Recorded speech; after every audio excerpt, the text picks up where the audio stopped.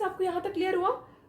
अब जैसे यहाँ पर कार्बन के ऊपर नेगेटिव चार्ज आया, ज़्यादा न्यूक्लियोफाइल है, अब ये ज़्यादा न्यूक्लियोफाइल है तो ये डाइक्लोरोकार्बन इसके ऊपर अटैक करेगा, मतलब डाइक्लोरोकार्बन के ऊपर ये जो नेगेटिव चार्ज है वो अटैक कर सकते हैं। अब क्या होगा समझ सकते हो आप लोग, ये नेगेटिव चार्ज इधर जाएगा और जो आपका प्रोडक्ट बनेगा वो कैसे बनेगा,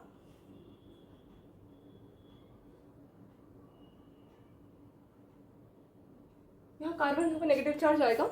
ओके, अब जैसे ही कार्बन के ऊपर नेगेटिव चार्ज आया, अब क्या होगा, अब कार्बन के ऊपर नेगेटिव चार्ज आएगा और यहाँ पर डबल बॉन्ड है। अब इसको हमको क्या करवाना है, देखना है कि हमारा जो फर्दर प्रोसेस होगा उसमें एरोमेटिक कैरेक्टर आए, क्योंकि हमारे पास जब हमने रेजोनेंस किया था ना, तो जैसे ही कार्बन इसके साथ अटैच हुआ वैसे ही इसमें क्या हुआ था, एरोमेटिसिटी लूज हो गई थी। अब एरोमेटिसिटी को हमको वापस चाहिए, तो हम एरोमेटिसिटी वापस कैसे ला सकते हैं, with the help of one hydrogen dissociation.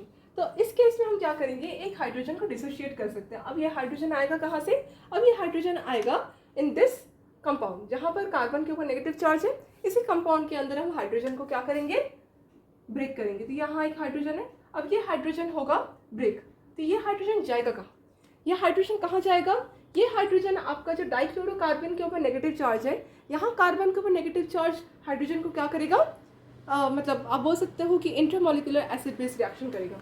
यहाँ क्या होगी, इंटरमॉलिक्यूलर एसिड बेस रिएक्शन।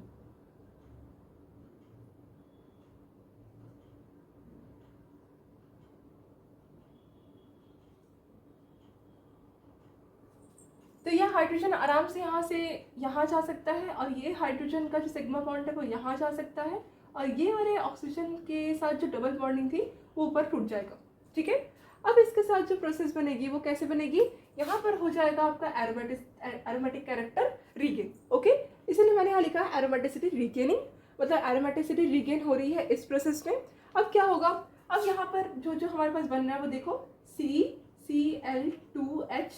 ठीक है, ये हमारे पास एक प्रोसेस हुआ और हमारे पास क्या हुआ, ऑक्सीजन के ऊपर नेगेटिव चार्ज आया है ना, और बस अब क्या होगा देखो, अब हमारे पास क्या होगा, यहाँ पर जो एरोमेटिक कैरेक्टर है वो तो आ गया, पर हमको क्या बनाना है, फॉर्मेल्डिहाइड ग्रुप बनाना है, मतलब एल्डिहाइड ग्रुप बनाना है। तो एल्डिहाइड ग्रुप हम कैसे बना सकते हैं, इसका प्रोसेस का आपको थोड़ा सा याद रखना पड़ेगा कि कैसे प्रोसेस होता है, क्या होता है। देखो, इसका जैसे मैंने एरोमेटिक रीगेनिंग करवाया था ना, वैसे हम लास्ट में भी करेंगे, पर अभी इसका हमको क्लोरीन को पहले हटाना है। ठीक है, तो यहाँ पर हमारे पास 2 क्लोरीन है ना। क्या होता है कि डायरेक्ट OH को ना इसी में अटैच कर देते हैं बहुत टीचर्स, बहुत सारे बुक्स में, और एक कार्बन पे 2 OH ग्रुप लगा देते हैं, पर कभी कभार ना ये चीज़ क्लियर नहीं होती, क्योंकि एक कार्बन पर 2 OH group it results in 2p2p overlapping, और इस केस में जो हमारे पास रिएक्टेंट बनेगा, मतलब जो रिएक्शन होगी वो बहुत ज़्यादा स्टेबल नहीं होती। इसीलिए क्या होता है, एक स्टेप करवाया जाता है जिसके थ्रू हमारे पास कार्बन पर 2 OH ग्रुप नहीं होगा। ओके, तो क्या होता है देखो, हमारे पास CCl2H है, तो यहाँ पर हम क्या कर सकते हैं, यहाँ पर हम इसको ऐसे करके माइनस को ऐसे कर सकते हैं, मतलब ऑक्सीजन देगा अपने इलेक्ट्रॉन्स को, बैक बॉन्डिंग करेगा, और फिर यहाँ पर जो आपका पाई बॉन्ड है ये ब्रेक होके ऊपर ऐसे कार्बन के पास चला जाएगा। मैं रेजोनेटिंग स्ट्रक्चर अलग से ड्रॉ नहीं कर रही हूँ, यहाँ पर माइनस आएगा, फिर माइनस बाद में रेजोनेट करके फिर ऊपर कार्बन के साथ जाएगा, फिर क्लोरीन निकलेगा, वैसे नहीं कर रही हूँ। बस मैं एक आपको रफ बता रही हूँ कि जब नेगेटिव चार्ज बैक बॉन्डिंग किया और पाई बॉन्ड कार्बन के पास गया तो क्लोराइड आयन निकलेगा। अब यहाँ पर हमको क्लोराइड आयन को निकालना है। ठीक है, एक chloride ion will be removed. तो जो आपका स्ट्रक्चर बनेगा वो कैसे बनेगा, देखो ये आपका ऑक्सीजन डबल बॉन्ड की तरह दिखेगा। एक हमारे पास एरोमेटिक कैरेक्टर बना ही था, तो उसके बाद हमने फिर एरोमेटिसिटी को लूज करवा दी, और यहाँ पर बन गया आपका C है ना, और यहाँ पर आपका एक क्लोरीन हट गया, और यहाँ पर डबल बॉन्ड बना, और एक आपके पास हाइड्रोजन आया। ओके, यहाँ तक क्लियर हो गया। अब इसके बाद हमको क्या करना है, देखो इसके बाद हम क्या करेंगे, इसके बाद हम यहाँ पर हाइड्रोक्साइड आयन को अटैच करवाएंगे, किसमें, कार्बन पे, क्योंकि कार्बन में आपको थोड़ा ज़्यादा सा डेल्टा पॉजिटिव चार्ज दिखेगा, मतलब कार्बन में इलेक्ट्रॉन्स की कमी होगी, because it is still attached with 1 chlorine atom. तो यहाँ पर हम क्या करेंगे, जो हमारे पास हाइड्रोक्साइड आयन है उसके साथ हम कार्बन को बॉन्ड बनाने की कोशिश करेंगे। जैसे ही कार्बन के साथ बॉन्ड बनेगा वैसे ही ये इधर और ये इधर, मतलब एक बार हम एरोमेटिक कैरेक्टर वापस लाएंगे, एक बार वापस भगाएंगे, एक बार वापस लाएंगे, एक बार वापस भगाएंगे, मतलब ऐसे करते करते हमारे पास जब तक 2 क्लोरीन हट ना जाए तब तक करना है। ओके, तो ऐसा नहीं है कि मैं जो बोल रही हूँ वैसे ही होगा, मतलब जैसे आपको दिखा रही हूँ ना वैसे ही होगा, थोड़ा थोड़ा ऐसे बताना पड़ता है। ओके, तो इसके बाद ये वाला स्ट्रक्चर आपने ऐसे बनाया एरो के साथ। अब इसको आप यहाँ बनाओ, कैसे दिखेगा? तो यहाँ पर हमने जैसे ही ऊपर भेजा तभी आपको कुछ ऐसा दिखेगा, ऑक्सीजन को भी नेगेटिव चार्ज, इसके साथ फिर से एरोमेटिसिटी वापस आ गई, है ना। यहाँ पर हमने फिर से लिख दिया एरोमेटिसिटी रीगेनिंग।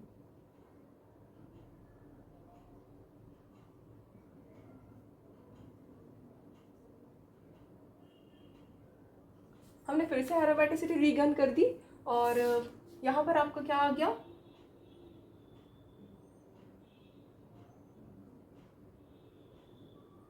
कार्बन, यहाँ पर OH, यहाँ पर H, यहाँ पर Cl। ओके, यहाँ पर फिर से हमारे पास एरोमेटिक बन गया। अब इसके बाद क्या होगा देखो, इसके बाद फिर से ये बैक बॉन्डिंग करेगा और ये जाएगा यहाँ कार्बन के पास, यहाँ से एक Cl निकल जाएगा, यहाँ पर क्लोराइड आयन फिर से बाहर जाएगा। समझ आ रहा है ये होप आपको यहाँ तक? अब देखो फिर से एरोमेटिक कैरेक्टर लूज हुआ, तो यहाँ पर बन गया ऑक्सीजन डबल बॉन्ड, यहाँ पर आपका कार्बन के साथ एक हाइड्रोक्साइड आयन है और यहाँ पर आपका क्या है, एक OH है। अब क्या होगा, यहाँ पर हमारे पास पिक्चर में आएगा एक हाइड्रोक्साइड आयन। अब यही हाइड्रोक्साइड आयन आपको क्या होगा, ये हाइड्रोक्साइड आयन आपका यहाँ पर आप देख सकते हो एक एसिड H है ना। जब ये अल्कोहल के साथ H होता है OH, उसको हम एसिड बेस रिएक्शन करवा सकते हैं। तो यहाँ पर आपका बहुत सारा KOH रहेगा, वहाँ से 1 मोल ऑफ ले लो अपना हाइड्रोक्साइड आयन का। अब इसी हाइड्रोक्साइड आयन को आप रिएक्ट करवाओ विद दिस एसिडिक H, और जैसे ही ये एसिडिक H के साथ ये इंटरेक्शन बनाएगा वैसे ही यहाँ पर ऑक्सीजन के ऊपर क्या आएगा, नेगेटिव। अब जैसे ही ऑक्सीजन के ऊपर नेगेटिव आएगा, अब देखो कैसे बनता है आपका प्रोसेस कैसे आता है। देखो ये आपका ऑक्सीजन, ये आपका कार्बन, यहाँ पर एक H था और यहाँ पर ऑक्सीजन के ऊपर नेगेटिव।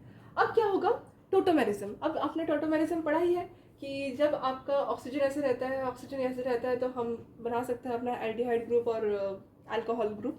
तो देखो क्या करेगा, ये ऐसे करेगा, यहाँ पर बॉन्ड बनाएगा इस साइड। अब जैसे ही ये यहाँ बॉन्ड बनाएगा और इसका बॉन्ड कैसे ब्रेक हुआ, ये यहाँ बॉन्ड बनाया, अच्छा मैंने एक स्टेप मिस किया शायद, हाँ यहाँ पर डबल बॉन्ड में था ना, ये डबल बॉन्ड में था।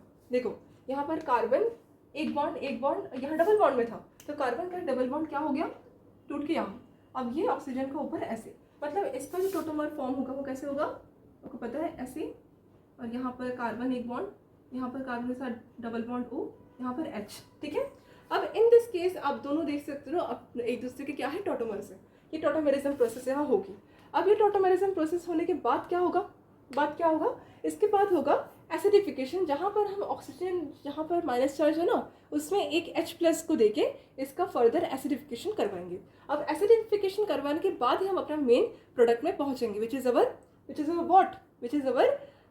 सैलिसाइल्डिहाइड। ओके, तो हमारा सैलिसाइल्डिहाइड कैसे बनेगा, यहाँ पर मैं आपको 2 प्रोडक्ट बना के दिखाऊंगी। Okay, just wait and watch. ये आपका एक प्रोडक्ट बनेगा लाइक दैट। ओके, और आपका एक और प्रोडक्ट बनेगा, ये मैं कुछ ऐसे दिखा रही हूँ, समझ आएगा? 2 प्रोडक्ट बन रहा है, एक पैरा एक ऑर्थो। हाँ, अब यहाँ पर हम एक OH को यहाँ बता देती हूँ, और ये वाला आपका एक CHO ग्रुप, ठीक है। इसको ओपन करने की जरूरत नहीं है, मैं ऐसे ही दिखा रही हूँ। ओके, देखो अब यहाँ तक आपको पूरा क्लियर हुआ कि कैसे हमने फर्स्ट में फिनॉल से थोड़ा थोड़ा करके अपने रिएक्शन के लास्ट स्टेज में पहुँचे, और यहाँ पर आपको समझ में आया पूरा कि कैसे हमारे पास फर्स्ट में बेस का जो हमारे पास बेस रहता है विच इज़ OH नेगेटिव, उसके साथ हमारा रिएक्शन स्टार्ट होता है। रिएक्शन के बाद हमारा डाइक्लोरोकार्बन इंटरमीडिएट के साथ वो रिएक्ट करता है, और वो डायरेक्ट रिएक्ट नहीं करता, वो अपने रेजोनेटिक स्ट्रक्चर के ऊपर रिएक्ट करता है, which is our nucleophilic carbon, जहाँ पर कार्बन के ऊपर कार्बन आयन बन रहा है। और उसके बाद एरोमेटिसिटी रीगेन हो रही है, एरोमेटिसिटी लॉस्ट हो रही है। इसका आपको 4-5 स्टेप देखने को मिलेगा। उसके बाद आपको क्या करना है, उसके बाद हम आपको दिखाए एक ऑक्सीजन का टॉटोमर, जहाँ पर हमने क्या बनाया है, अल्कोहल और एल्डिहाइड ग्रुप को एक बेंजीन रिंग के ऊपर अटैच किया है। इसको हम टॉटोमरिज्म बोलते हैं और इसको मैंने पढ़ाया भी था टॉटोमर को। और ये टॉटोमर को हम करते हैं, है ना, ये रिवर्सिबल प्रोसेस है, मतलब आप रिवर्सिबल का साइन लगाते हो टॉटोमर बनाने के लिए। तो मैंने ऐसे दिखाया है जिससे आपको समझ में आए। आई होप यहाँ तक आपको क्लियर हुआ है। अगर आपको टॉटोमरिज्म क्लियर नहीं है तो मेरे चैनल में टॉटोमर्स दिया हुआ है, उसके बारे में मैंने पढ़ाया है और इसको आप अच्छे से देख सकते हैं। ओके, इसके बाद हमने क्या किया है, ऑक्सीजन के ऊपर नेगेटिव चार्ज था, उसको हमने H+ के प्रेजेंस में किया। H+ कहाँ से मिलेगा आपको, मैंने यहाँ हाइड्रोनियम आयन इसीलिए लिखा है क्योंकि हाइड्रोनियम आयन बनेगा व्हेन H+ आयन आपका H+ आयन के मतलब हाइड्रोनियम आयन के अंदर H+ है ना, H+ आपको क्या करेगा, O के साथ, मतलब O नेगेटिव के साथ रिएक्ट करेगा और आपको OH और CH ग्रुप देगा। ठीक है, तो ये आपको क्लियर होना चाहिए कि वाटर बहुत सारा निकल रहा है और वाटर बहुत है भी हमारे पास, इसीलिए हम वाटर का अलग से मैं नहीं बता रही हूँ कि वाटर करके, वाटर के साथ रिएक्शन हो रहा है, इसीलिए वाटर की कमी नहीं है रिएक्शन में, और उसी वाटर से एक H+ ने यहाँ पर दिया और आपका एसिडिफिकेशन हो गया। और आई होप यहाँ तक आपको क्लियर हुआ होगा कि कैसे आपके पास प्रोडक्ट बने। यहाँ पर आपके पास सैलिसाइल्डिहाइड बना, ठीक है, ये भी सैलिसाइल्डिहाइड है, ये भी सैलिसाइल्डिहाइड है, पर दोनों में मेजर कौन सा है वो देखना है। तो मेजर हमारा होता है दिस ऑर्थो प्रोडक्ट। अब ये क्यों होता है मेजर, वो बताना पड़ेगा आपको। देखो, हमारे पास पैरा और ऑर्थो में मेजर प्रोडक्ट ऑर्थो इसलिए होता है क्योंकि जब हम एल्डिहाइड ग्रुप को अल्कोहल के बिल्कुल पास रखते हैं तो क्या होता है, इसको मैं ओपन करके दिखा रही हूँ। ये आपका जो H है वो कुछ ऐसा है और यहाँ पर इंट्रामोलिक्यूलर हाइड्रोजन बॉन्डिंग होने की वजह से जो मतलब पास है ना, ये आपका एल्डिहाइड ग्रुप पास है, इसीलिए H और O के अंदर ये इंट्रामोलिक्यूलर हाइड्रोजन बॉन्डिंग बनने के लिए आपका ये ऑर्थो प्रोडक्ट ज़्यादा क्या है, मेजर है। ठीक है, मतलब ये आपका क्या है, एल्डिहाइड है और ये एल्डिहाइड का ऑर्थो पोजिशन अल्कोहल है, adjacent carbon is called ortho position with respect of our functional group, मतलब जो ज़्यादा आप बोल सकते हो प्रायोरिटी फंक्शनल ग्रुप है उसके रेस्पेक्ट में हम आसपास ऑर्थो पैरा मेटा ऐसे बोलते हैं ना, तो इसके रेस्पेक्ट में हम ये ऑर्थो बोलेंगे, ये पैरा बोलेंगे, ये मेटा बोलेंगे, ये पैरा बोलेंगे, ऐसा हम ऑर्थो मेटा पैरा बोलते हैं। अच्छा, अब पैरा प्रोडक्ट कुछ ऐसे दिखेगा।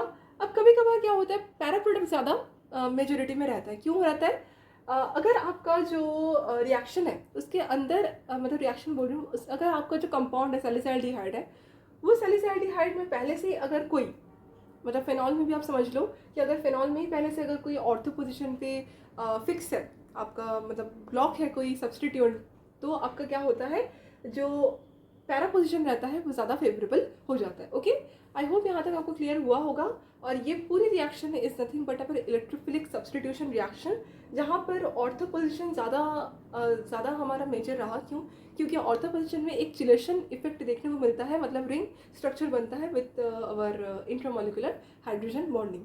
हमने इंट्रामोलिकुलर एसिड बेस्ड रिएक्शन और एसिड बेस्ड रिएक्शन का थोड़ा सा डिटेलिंग देखा, इसी मैकेनिज्म में था, और हमने इस मैकेनिज्म में हीट दिया डिग्री 60 to 65 डिग्री टेम्परेचर में इस रिएक्शन को हमने फॉरवर्ड किया, और पूरा मिला के हमारे पास जो फिनॉल है वो कन्वर्ट हो गया सैलिसिल एल्डिहाइड में।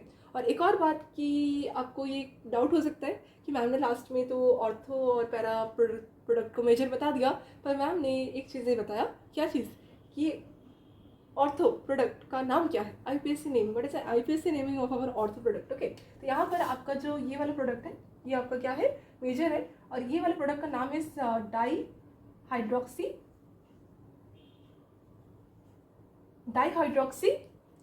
बेंजल्डिहाइड। ओके, तो dihydroxy benzaldehyde is our IUPAC name for this.